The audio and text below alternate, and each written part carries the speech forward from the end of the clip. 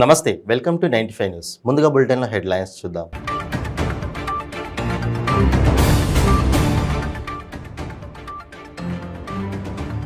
ఖమ్మం జిల్లా కల్లూరులో mini stadium ప్రారంభం.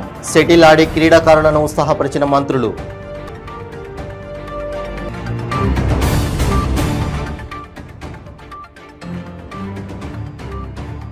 Party మార్పుపై క్లారిటీ ఇచ్చిన ఎమ్మెల్యే రాజాసింగ్. టీడీపీలోకి వెళ్తానన్న వార్తల్లో వాస్తవం లేదని స్పష్టం.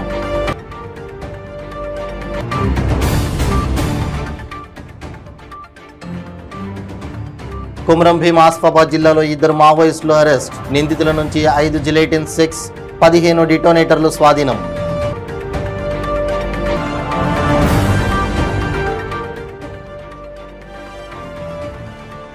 జనగామ జిల్లాలో వైఎస్ షర్మిల పర్యటన. ఇంత నష్టం జరిగినా కేసీఆర్ 1 ఎకరాకు కూడా పరిహారం ఇవ్వలేదని మండిపాటు. ఇక ఇప్పుడు బులెటిన్లో డీటెయిల్స్ చూద్దాం.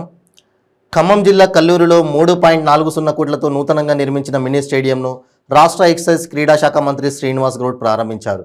స్టేడియంలో మంత్రి శ్రీనివాస్ గౌడ్ షటిల్ ఆడి ఔత్సాహికులని క్రీడాకారులని ఉత్సాహపరిచారు. ఈ కార్యక్రమంలో ఎంపీ నామా నాగేశ్వరరావు, బండి పార్థసారథి రెడ్డి, వద్దిరాజు రవిచంద్ర, ఎమ్మెల్యే సండ్ర వెంకట వీరయ్య తదితరులు పాల్గొన్నారు.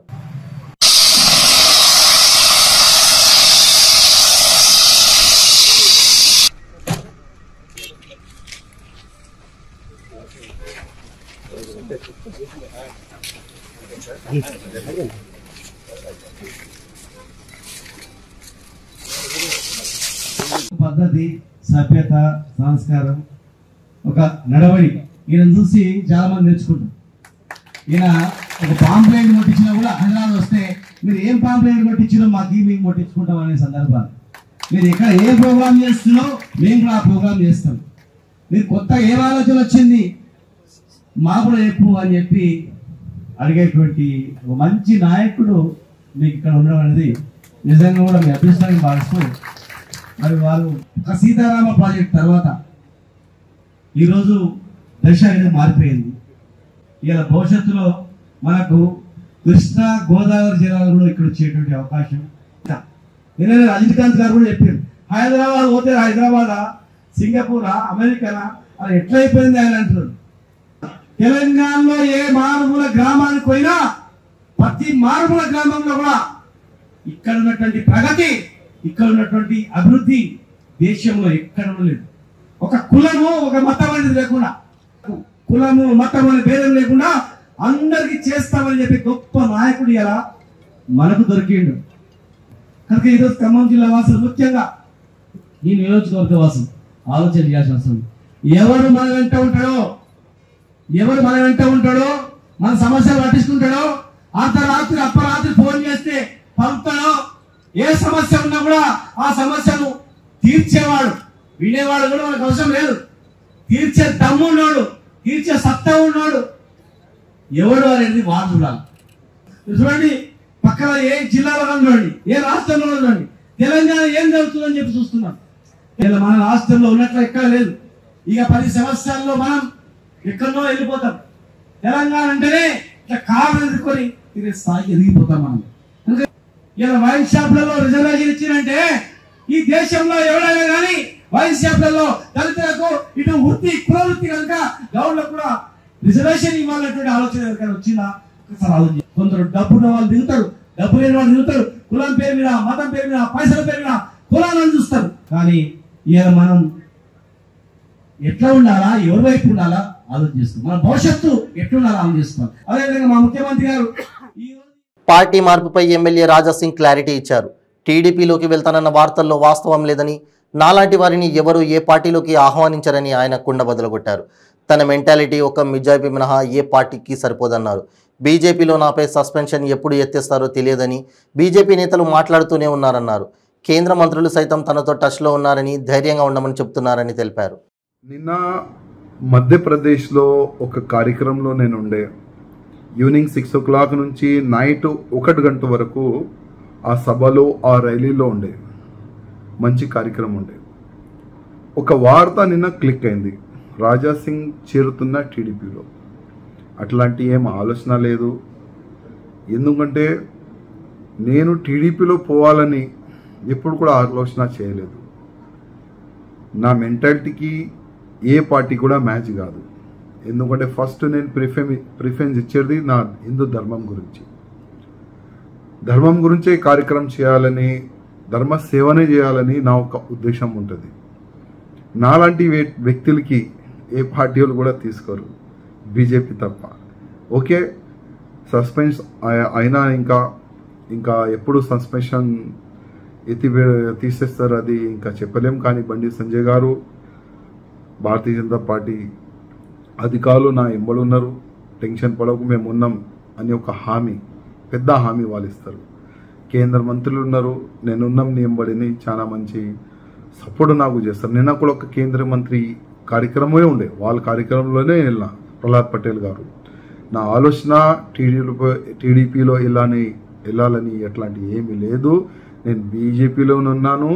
బీజేపీ నుంచినే కోశామేల్ నియోజకవర్గం నుంచి పోటీ చేస్తాను. ఇది నా ఫైనల్. కొమరంభీం ఆసిఫాబాద్ జిల్లా పెంచకల్పేట మండలం ఆగర్గూడ వద్ద 2 మావోయిస్టులను పోలీసులు అరెస్ట్ చేశారు.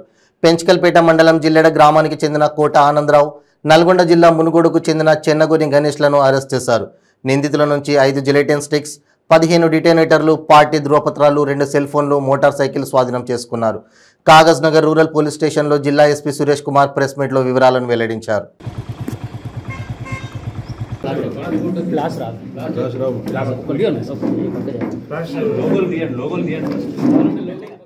ఆసిఫాబాద్ జిల్లాలోని Kagaz Nagar sub division, Kagaz Nagar rural సర్కిల్కి చెందిన పెంచకల్పేట్ పోలీస్ స్టేషన్ పరిధిలో నిన్న ఒక కేసు నమోదు చేయడం జరిగింది.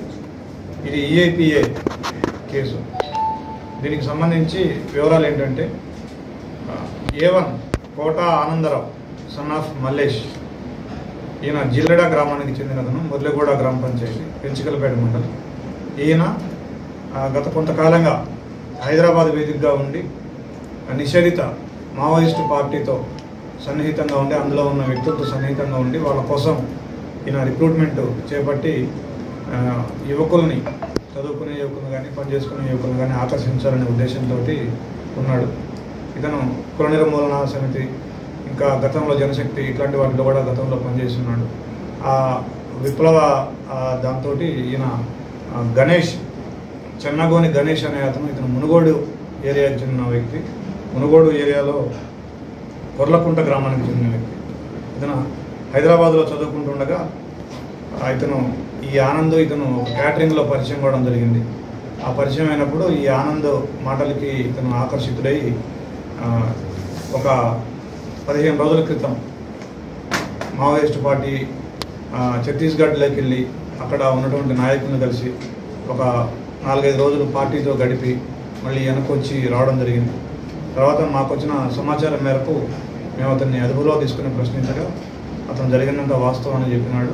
నేను వెళ్ళి ఈ ఆనంద్ ప్రోత్సాహం మేరకు నేను వెళ్ళడం జరిగింది, మావోయిస్ట్ పార్టీలో కొన్ని రోజులు నుండి రావడం జరిగిందని చెప్పినాడు. అదేవిధంగా మళ్ళీ ఈ ఆనంద్ కూడా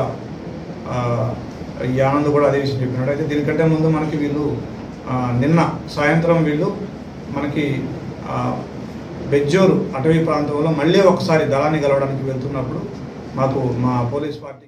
రాష్ట్రంలో కురుస్తున్న అకాల వర్షాలు, వడగళ్ల వాన కారణంగా పంటలు నష్టపోయిన రైతులకు తెలంగాణ ప్రభుత్వం నష్టపరిహారం చెల్లించి ఆదుకోవాలని వైఎస్ఆర్టీపీ అధ్యక్షురాలు వైఎస్ షర్మిల డిమాండ్ చేశారు. జనగామ జిల్లాలో షర్మిల పర్యటించారు. ఇందులో భాగంగా బచ్చన్నపేట మండలం ఆలింపురం గ్రామంలో అకాల వర్షాలకు నష్టపోయిన పంటలను పరిశీలించి రైతులకు ధైర్యం చెప్పారు. ఈ సందర్భంగా చేతికొచ్చిన వరి పంట పూర్తిగా నేలపాలయ్యిందని, తమను ఆదుకోవాలని రైతులు కన్నీళ్లు పెట్టుకున్నారు. జనగాం జిల్లా వ్యాప్తంగా 50,000 ఎకరాల్లో పంట నష్టం జరిగిందన్నారు వైఎస్ షర్మిల. చేతికొచ్చిన పంట నష్టపోయి రైతులు సర్వం కోల్పోయారని షర్మిల ఆవేదన వ్యక్తం చేశారు. ఒక్క బచ్చన్నపేట మండలంలోనే 10,000 ఎకరాలకు పైగా నష్టం జరిగినట్లు తెలుస్తోందన్నారు ఆమె. ఇంత నష్టం జరిగిన కేసీఆర్ 1 ఎకరాకు కూడా పరిహారం ఇవ్వలేదని మండిపడ్డారు. గత నెల 23న హెలికాప్టర్లో వచ్చిన సీఎం 10,000 సహాయం అంటూ ప్రకటన చేశాడు. కానీ 10,000 అంటూ చెప్పి నెల రోజులు దాటినా ₹1 పరిహారం ఇవ్వలేదని ఆరోపించారు షర్మిల.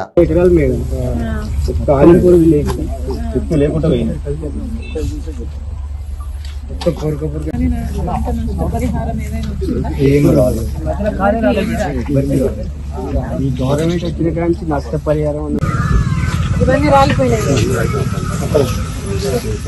₹10 కూడా ఇచ్చింది లేదు కేసీఆర్ గారు. మరి ఇటీవల ఇక్కడ పడిన వడగండ్ల వానతో ఇంతమంది రైతులు మళ్లీ నష్టపోయారు. వీళ్ళ పరిస్థితి ఏమిటి? అసలు 9 సంవత్సరాలలో పంట నష్టం అనే కాన్సెప్ట్ ను కూడా తీసేశాడు కదా కేసీఆర్ గారు. రాజశేఖర్ రెడ్డి గారు ఉన్నప్పుడు రుణమాఫీ చేయడంతో పాటు రైతులకు ఇన్పుట్ సబ్సిడీ ఉండే, ఎరువుల మీద సబ్సిడీ ఉండే, విత్తనాల మీద సబ్సిడీ ఉండే, పంట నష్టపోతే పంట నష్టపరిహారం ఉండే. ఇవేవీ లేకుండా పోయినాయి. ఒక రైతు బంధు ఇస్తున్నానంటున్నాడు కేసీఆర్ గారు, కానీ ఆయన ఇచ్చే 5,000 ఎకరాకు ఏ మూలకు సరిపోతాయని అడుగుతున్నాం కేసీఆర్ గారిని. మీరు 5,000 ఇస్తున్నారు, 30-40 వేలను పట్టుకుంటున్నారు కదా. ఇచ్చేదేమో రైతు బంధు కింద 5,000, కానీ ఇన్పుట్ సబ్సిడీ లేదు, ఎరువుల మీద సబ్సిడీ లేదు, విత్తనాల మీద సబ్సిడీ లేదు. ఇట్లా పంట నష్టపోతే నష్టపరిహారం అంతకంటే లేదు. అంటే ఎకరాకు కనీసం 30,000, 35,000 కేసీఆర్ గారు పట్టుకుంటున్నాడు. 5,000 ఇచ్చి రైతు బంధులో ఇచ్చి నేను రైతులంతా కోటీశ్వరులు అయిపోయారు, కార్లలో తిరుగుతున్నారు అన్న మాటలు మాట్లాడుతున్నాడు కేసీఆర్ గారు. ఇది భావ్యమేనా కేసీఆర్ గారు అని అడుగుతున్నాం. మీరు రుణమాఫీ చేస్తానని చెప్పి చేయకపోతే ఈరోజు రుణమాఫీ గాక ఆ వడ్డీ కూడా రైతుల మీదనే పడితే మీరిచ్చే బోడి 5,000 రైతు బంధు ఆ వడ్డీకైనా సరిపోతుందా? అసలు క్రాప్ లోన్లే కాదు, బయట లోన్లు కూడా ఉన్నాయి ఇంతమంది రైతులకు. అసలు లోను.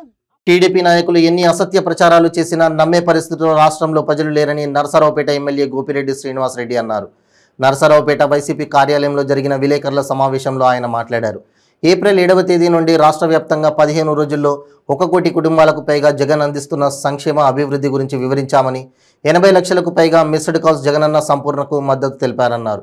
నరసరావుపేట నియోజకవర్గంలో 87,546 కుటుంబాలు, వాటిలో నేటికి 65,187 కుటుంబాలు 75% ఈ సర్వేలో పాల్గొనడం జరిగిందన్నారు. సేఫ్ ఫార్మాస్యూటికల్స్ ప్రొపరేటర్ని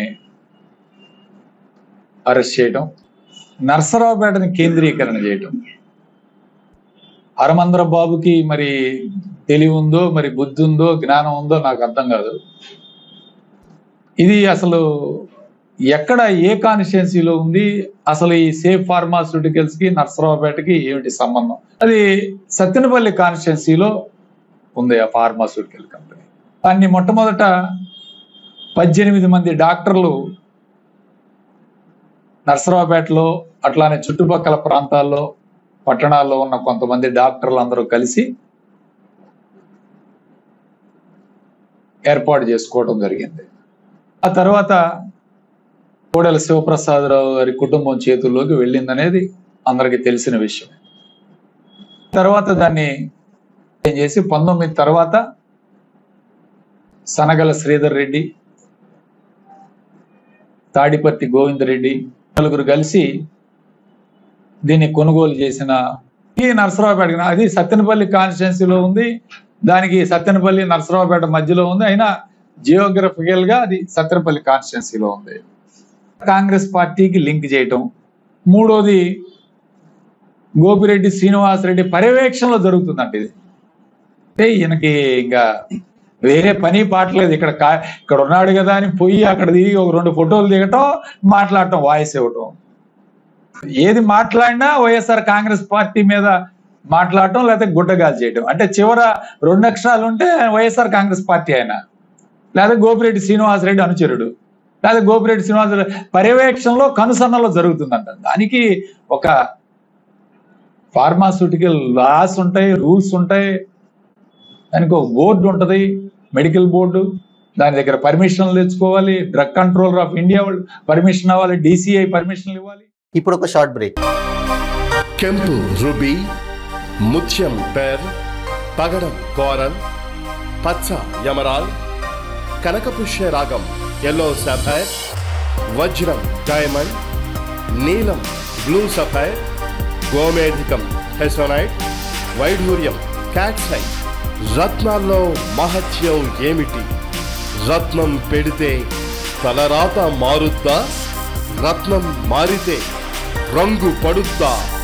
రత్నం మహత్యం త్వరలో మీ 95 న్యూస్ ఛానల్లో. మీ జాతకం బాగాలేదని ఇబ్బంది పడుతున్నారా?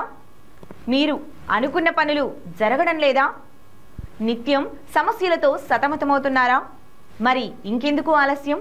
మీకు జాతక రత్నాలపై నమ్మకం ఉంటే మీ జాతకం ప్రకారం జ్యోతిష్యుడు చెప్పిన సర్టిఫైడ్ నవరత్నాల కోసం వెంటనే సంప్రదించవలసిన address SK jewellers, Ramnagar, Hyderabad.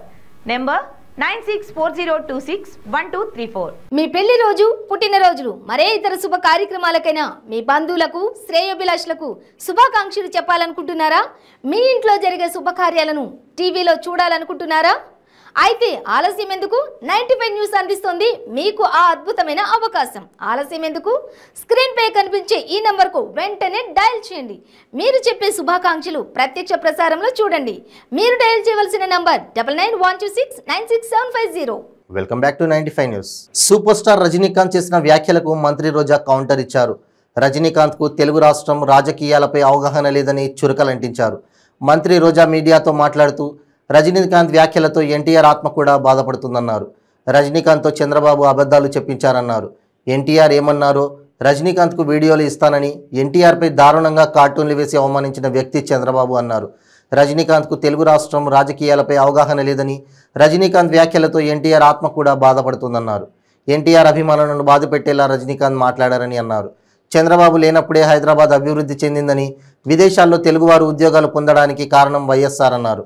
ఇందుకు కారణం చంద్రబాబు కాదని రజనీకాంత్ తెలుసుకోవాలని అన్నారు.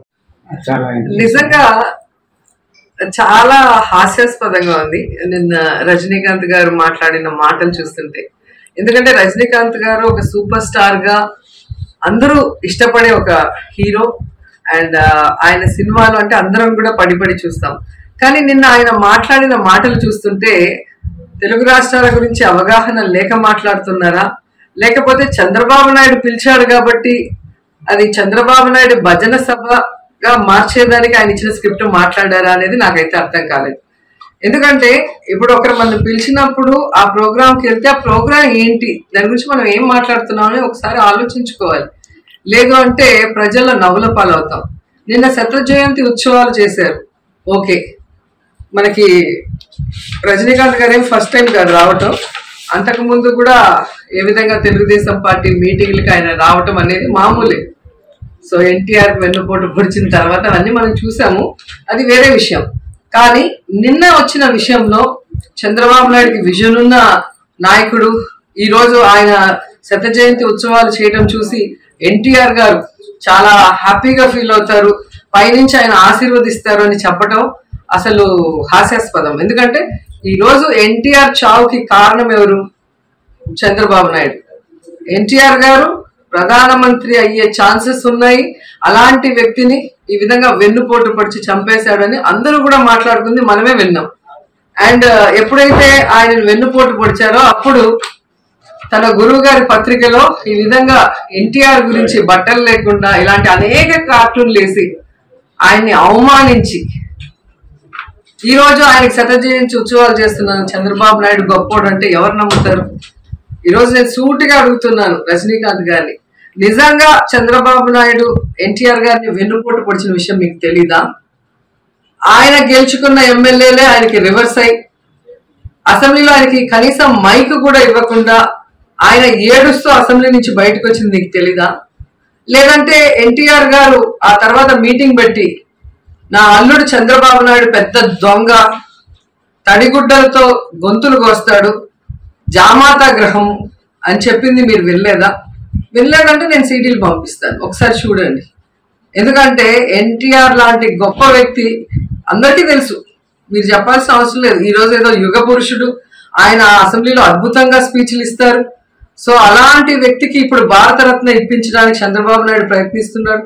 ఈ రోజు స్మృతివనం కడుతున్నారు. నేను అడుగుతున్నా, 14 ఏళ్ళు ముఖ్యమంత్రిగా ఉన్నాడు చంద్రబాబు నాయుడు, 13 ఏళ్ళు అపోజిషన్ లీడర్. మే నెల 4వ తేదీ చిలకూరు మండలం బుధనం గ్రామం సమీపంలో ప్రైవేటు హోటల్లో మాజీ ముఖ్యమంత్రి చంద్రబాబు నాయుడు బీసీలతో సమావేశం నిర్వహిస్తానని, ఈ సమావేశానికి బీసీలందరూ అధిక సంఖ్యలో హాజరై జయప్రదం చేయాలని గూడూరు నియోజకవర్గ మాజీ ఎమ్మెల్యే పాషం సునీల్ కుమార్ కోరారు. గూడూరు పట్టణంలోని తెలుగుదేశం పార్టీ కార్యాలయంలో మాజీ ఎమ్మెల్యే పాషం సునీల్ కుమార్ బీసీ సంఘం నాయకులతో సమావేశం నిర్వహించారు. చంద్రబాబు నాయుడు బీసీల సమావేశంపై చర్చించారు. బీసీ సంఘ నాయకులు పలు సూచనలు చేశారు. మాజీ ఎమ్మెల్యే సునీల్ కుమార్ మాట్లాడుతూ మే నెల 4వ తేదీ మాజీ ముఖ్యమంత్రి చంద్రబాబు నాయుడు బీసీలతో సమావేశమవుతున్నారని, ఇటీవల జరిగిన స్థానిక సంస్థల ఎన్నికల్లో వైసీపీ ప్రభుత్వం బీసీల రిజర్వేషన్ ఇవ్వకుండా వారికి అన్యాయం చేసిందన్నారు. బీసీలందరూ మాజీ ముఖ్యమంత్రి చంద్రబాబు నాయుడు సమావేశానికి హాజరై తమ సమస్యలు మాజీ ముఖ్యమంత్రి దృష్టికి తీసుకురావాలని సూచించారు. రాబోయే ఎన్నికల్లో తెలుగుదేశం పార్టీ విజయం సాధిస్తుందని ధీమా వ్యక్తం చేశారు.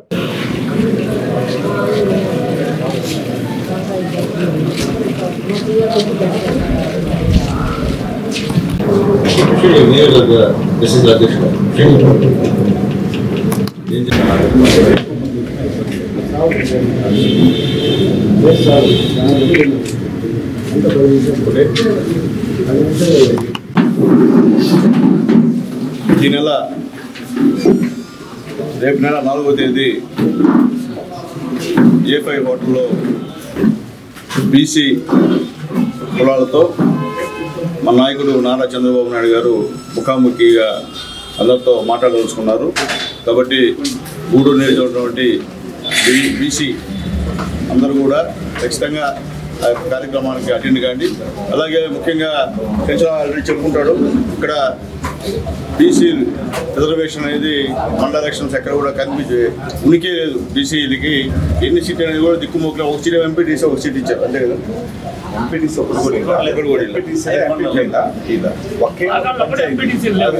ఒకే ఒక ఎంపీటీ పంచాయతీ ఇచ్చారు, ఒకే ఒక పంచాయతీ ఇచ్చారు. బీసీలకి అందరు రిజర్వేషన్ పెట్టుకొని ఇక్కడ చూస్తే ఆ పని చేసినట్టు పరిస్థితి. కాబట్టి నిజంగా బీసీల నేను పక్షపాతిని, బీసీల కోసం నేను అవి చేశాను ఈ చేశాను అని చెప్పిన జగన్మోహన్ రెడ్డి గారు మీరు ఏం చేశారు, బీసీలకి రిజర్వేషన్ కూడా తగ్గించేటువంటి పరిస్థితి ఈరోజు మీరు చేశారు. దాని మీద మన బీసీ నాయకులందరూ కూడా మాట్లాడుకుని అక్కడ బాబు గారితో భవిష్యత్తులో మన బీసీల అభివృద్ధి కోసం ఏ విధమైన ప్రణాళికలు వేసుకోవాలా, ఏం చేస్తే బీసీల జీవితాలు బాగుపడతాయి అనేది కూడా మీరు ఖచ్చితంగా బాబు గారితో డిస్కస్ చేయండి. ఎందుకంటే రాబోయే రోజుల్లో కూడా ఈసారి గవర్నమెంట్ వైఎస్ఆర్సీపీ ఓడిపోయేటువంటి పరిస్థితి, తెలుగుదేశం పార్టీ వచ్చేటువంటి పరిస్థితి.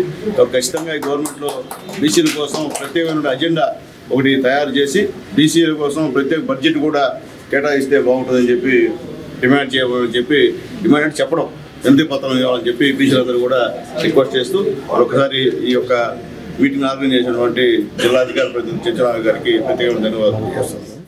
కాకినాడ ఏటిమొగ ప్రాంతంలో ఉన్న మత్స్యశాఖ కార్యాలయం ఎదుట జనసేన పార్టీ ఆధ్వర్యంలో మత్స్యకారుల బాసటగా జనసేన భారీ సభను నిర్వహించింది. ఈ సభకు Janasena party PAC chairman Nadendla Manohar ముఖ్య అతిథిగా హాజరై ప్రసంగించారు. ఈ సందర్భంగా మనోహర్ మాట్లాడుతూ రాష్ట్ర వేట విరామ సమయంలో ప్రభుత్వం ప్రతి కుటుంబానికి 10,000 రూపాయలు పరిహారంగా ఇస్తుందని, అది సరిపోదని, అలాగే అర్హులైన వారికి అనేక నిబంధనలు పెట్టి చాలా మందిని తొలగిస్తోందన్నారు. సముద్రంలో వేటకు వెళ్లిన మత్స్యకారుడు ప్రమాదవశాత్తు మరణిస్తే అతని మృతదేహం దొరికితేనే పరిహారం ఇస్తారని సూచించే నిబంధన తొలగించాలని ఆయన డిమాండ్ చేశారు. మత్స్యకారులకు మేలు చేసేలా జీవోలు మార్పులు చేయాలని డిమాండ్ చేశారు.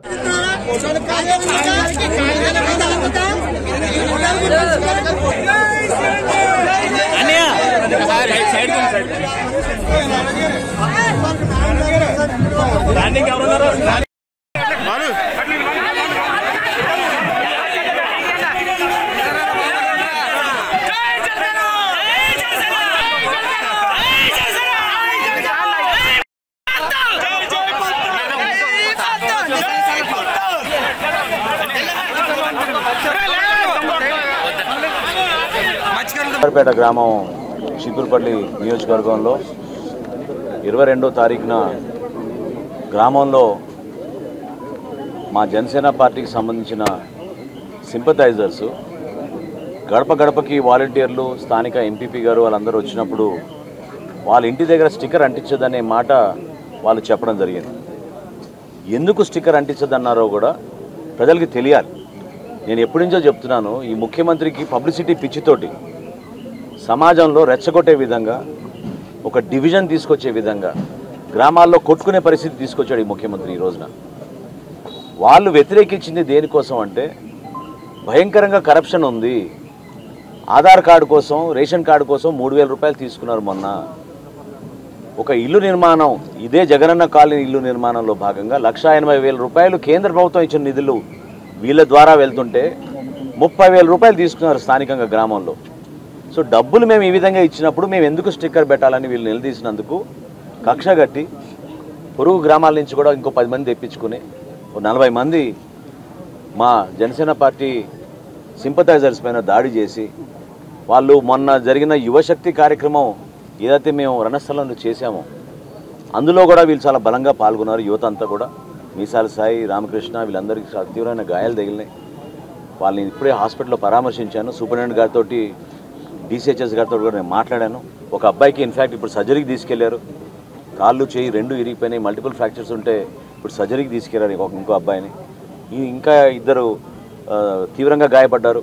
సుమారు 14 మందిని ఆ రోజు ఆసుపత్రికి తీసుకొచ్చి ప్రాథమిక చికిత్సనే కాకుండా సీరియస్నెస్ ఎంత తీవ్రంగా ఉందో మీకు అర్థమవుతుంది ఆ పేషెంట్స్ చూస్తుంటే.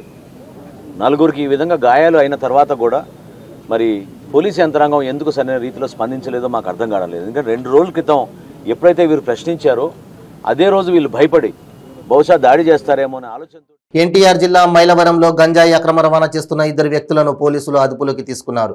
వారి వద్ద నుండి 22 కేజీల గంజాయిని స్వాధీనం చేసుకున్నట్లు రూరల్ డీసీపీ అజిత వేజెండ్ల వెల్లడించారు. ఇప్పటి వరకు 50 మంది గంజాయి రవాణాదారులను సహా పలు సందర్భాల్లో అరెస్ట్ చేస్తున్నట్లు వెల్లడించారు. యువత మత్తు పదార్థాలకు దూరంగా ఉండాలంటూ పిలుపునిచ్చారు.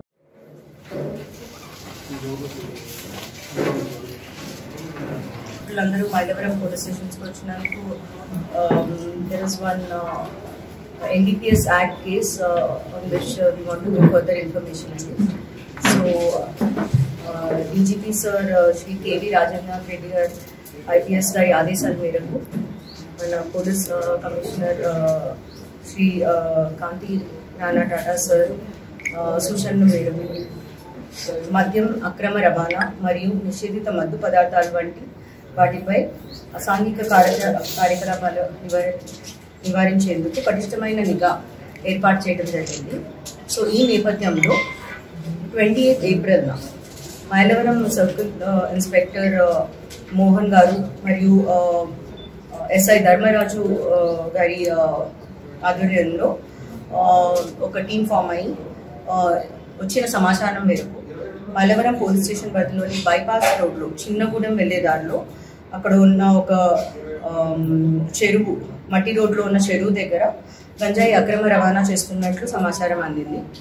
సో ఈ సంఘటనా స్థలానికి మన టీం చేరుకున్నారు. విజయవాడలోని ఓల్డ్ ఆర్ఆర్పేటకు చెందిన కొండా రమేష్ అలియాస్ చిన్న చిచ్చా, హిస్ ఏజ్ ఇస్ 25 years. ఇతను ఈ ఆర్ఆర్ చికెన్ షాప్ దగ్గర ఉంటాడు. ఇతను Silarapu Ajay, his the A2 alias Balu. So his age is 20 years. వీళ్ళిద్దరిని అక్కడ అదుపులో తీసుకోవడం జరిగింది. వాళ్ళ దగ్గర 22 kgs ఆఫ్ గాంజా స్వాధీనం చేయడం జరిగింది. ఈ case crime number 139/23 under section 8C red with 20V2 of NDPS act register చేయడం జరిగింది. సో ఇప్పటిదాకా జరిగిన ఇన్వెస్టిగేషన్లో వీరు విశాఖపట్నం నుండి సేకరించినట్టు కొనుగోలు చేస్తున్నట్టు తెలిసింది ganja. So as of now దర్యాప్తు కొనసాగుతుంది. సో ఈ కొండా రమేష్ అలియాస్ చిన్న చిచ్చా ఇతను మీద విజయవాడలో 18 కేసెస్ రిజిస్టర్ అయి ఉన్నాయి. భవానీపురం పోలీస్ స్టేషన్లో రౌడీ షీట్ ఆల్రెడీ ఓపెన్ చేసి. బులెటిన్ ముగించే ముందు హెడ్లైన్స్ మరోసారి.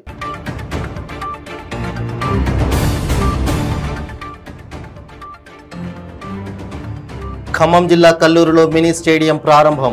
సెటిల్ ఆడి క్రీడాకారులను ఉత్సాహపరిచిన మంత్రులు.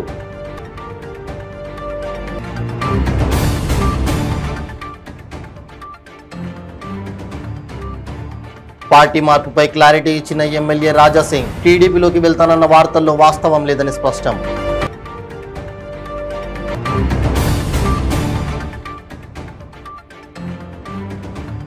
కుమ్రం భీం ఆసిఫాబాద్ జిల్లాలో 2 మావోయిస్టులు అరెస్ట్. నిందితుల నుంచి 5 జిలెటిన్ 6, 15 డిటోనేటర్లు స్వాధీనం.